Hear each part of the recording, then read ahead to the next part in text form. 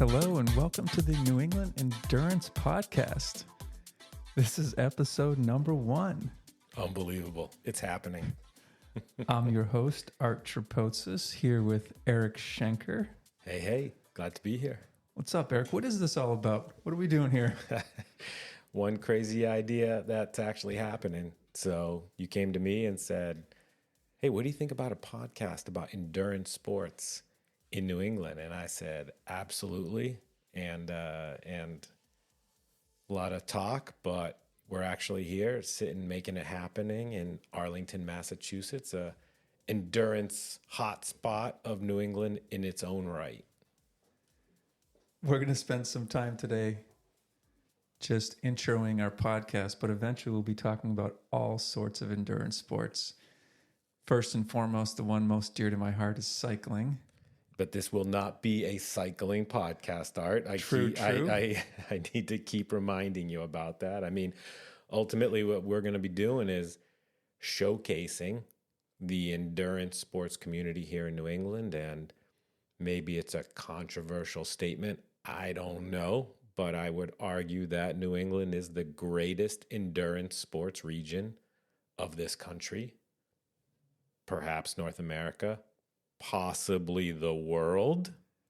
Absolutely. We've got I'm biased, of course. We've got your trail runners, your swimmers, your rowers, your sailors, your skiers, your bikers, your surfers, triathletes, equestrians, everything. I mean, there really is your rock climbers.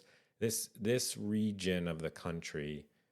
I'm proud to be from New England. I'm proud to live in New England, and New England will always be my home. But it is an incredible area when you think about endurance sports, and I don't think you can undervalue what the weather has to do for that as well, right? I mean, that the weather is a big contributor of why endurance athletes from New England take a lot of pride in the fact that they are from New England. Yeah. I mean, hardcore, but just they endure, right? And if you're training for the Boston Marathon in Boston, or you're training for the Boston Marathon in South Carolina, you're dealing with different challenges from January to April. Absolutely. And if you're a rower and you're rowing on the Charles, and because you can, but it's because the ice didn't form that year, and you're trying to get ready for spring, and folks are rowing in Florida or Texas or California, and they're on the water all year round, you're at a disadvantage. But yet, New England keeps cranking out world-class athletes. So hopefully we can really showcase why New England is so amazing, but not just from a hardcore perspective, right? Like, this is also an incredibly welcoming community. If you're trying to learn something new, learn a new sport, join a new sport, get into something, the community here in New England is incredibly welcoming. And maybe New Englanders don't have that reputation, but there's a subset here in the endurance community where everybody's saying, come on in, the water's warm, and learn what we do. Well, and a group of folks I'd love to interview fall into the club category. Mm-hmm. We've got a whole bunch of triathlon and cycling and running clubs all over New England that are super welcoming. And, you know, there's a few that we really need to explore how they have so many members, how they're successful, how they run these ad hoc, grassroots events.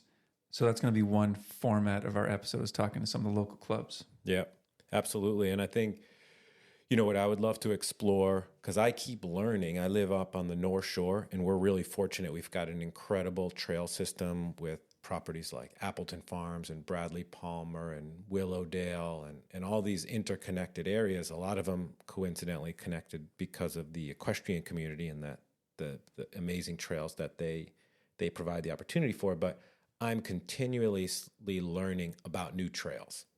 And I want to learn about new trails in Vermont. I want to learn about new trails in New Hampshire. I want to learn about trails under construction There's rails trails going up everywhere. Everything's starting to get connected. You and I were talking about the Bay State Trail The Bay State the Trail, other yes. day. So Just learned about what this is. We want to introduce the endurance community or listeners to this podcast to some of those things, either in their area or create destination travel for them as well. So, Well, case in point, I've been mountain biking for about 30 years, and only about 5 years ago did I discover how vast and amazing Willowdale is.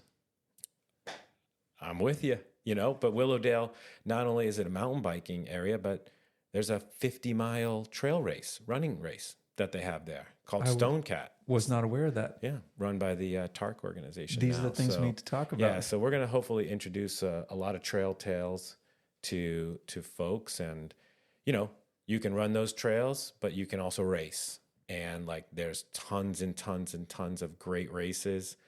So hopefully some race reviews. And would love to talk to some event promoters. Oh yeah, for sure. In the gravel scene, the cycling scene, what they're doing with the uphill skiing scene. And, just New Hampshire and Vermont. Yeah. Just this past weekend, you had the auto road uphill, and there was both a run, not a run, but a race and a non-race version where people uphill skied up the Mount Washington auto road.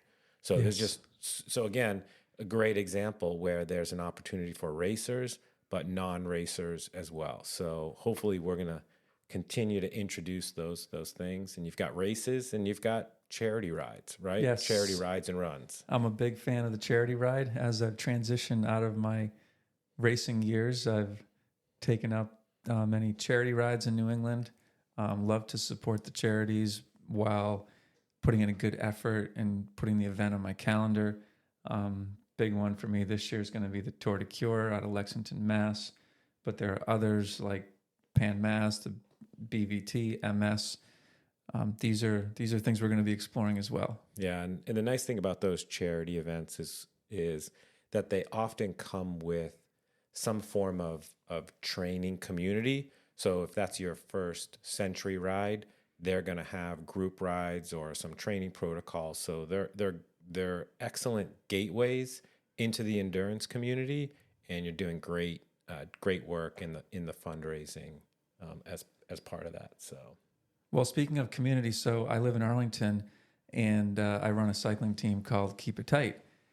And unbeknownst to me, there is until recently, I discovered there's actually a team called the Arlington Bicycle Club.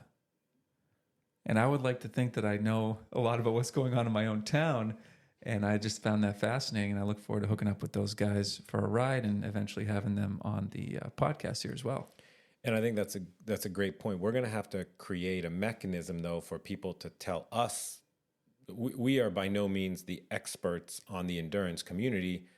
I think we can highlight a lot of things, but hopefully via social media or what have you, people can help us learn about new things, and we can then spotlight them on the podcast, whether that's clubs, whether that's runs, whether that's events, maybe new sports that are popping up here in New England. So new rail trails being built, new trails that are being built, new races, everything it's continuing to evolve, and we're going to need the community to help us find those things. I'd love to chat with folks from the bike advocacy groups like Mass Bike, folks that are working on things around safety in New England. I think that's an important part of the conversation as well. Absolutely.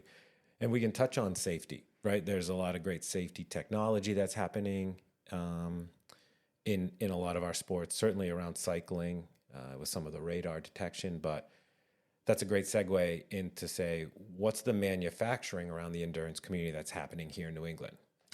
You've got bike manufacturers. You've got ski manufacturers. You have hydration and backpack manufacturers. You have clothing manufacturers. So there's a lot happening here in this small little space, and hopefully we can highlight some of those amazing companies that are that are growing and thriving here in the New England community. Absolutely. So I think, when I put my marketing hat on, this is by no means a business for us. This is something we're doing for fun, but I would love to target and appeal to, the weekend warrior, the masters athletes, the collegiate athletes, outdoor enthusiasts, like folks that like to break a sweat on the weekends in whatever sport of choice. I hope they'll learn something from this podcast. I don't have any doubt that they will. I would say another important community is people that want to start getting into these sports. So you don't have to be a seasoned athlete or an ex-collegiate athlete or an experienced cyclist or runner, but maybe you've said, wow, that looks like fun. How do I get started in that? Oh, I'd love to road ride. I'd love to mountain bike. I'd love to cross-country ski. Hopefully we can help you provide some recommendations, some places to go, some people to get connected with, because the endurance community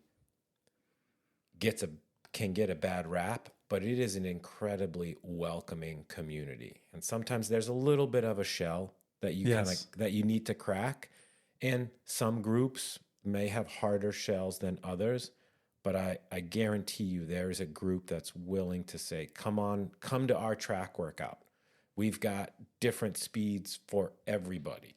You want to walk around the track? Great. We've got a group for you. You want to do 5-minute miles? Great. You can go run with this group, but everybody will be out there cheering you along. And I'd love to think that we're going to make some of those connections. Well, so Eric, how did you get into endurance sports? Endurance sports, yeah. I grew up in New Hampshire, so generally relatively outdoorsy kind of guy, but fell in love with rowing, was a rower in college. I think that set the stage for my whole endurance world. Rowing was a really, really important part of my life and still is to this day.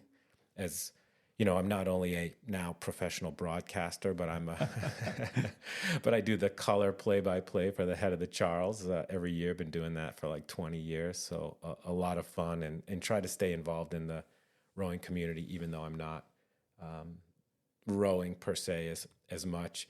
And that's how you and I met. We didn't even realize it, but I was rowing at Tufts in the heavyweight. You were in the lightweight boat at BC. Yeah. No, it's funny how those things, there's a great, obviously Boston area is a great rowing community. One of the guys that was coaching me at BC transitioned to bike racing, as a lot of rowers do, fell in love with bike racing. You and I met rowing for Boston Road Club BRC, which was, again, super intimidating to think about trying to get into bike racing. And then all of a sudden finding a group of like-minded men and women who were helpful, provided guidance, and just made me fall in love with the sport. And that actually, I was very fortunate, and that led to a career.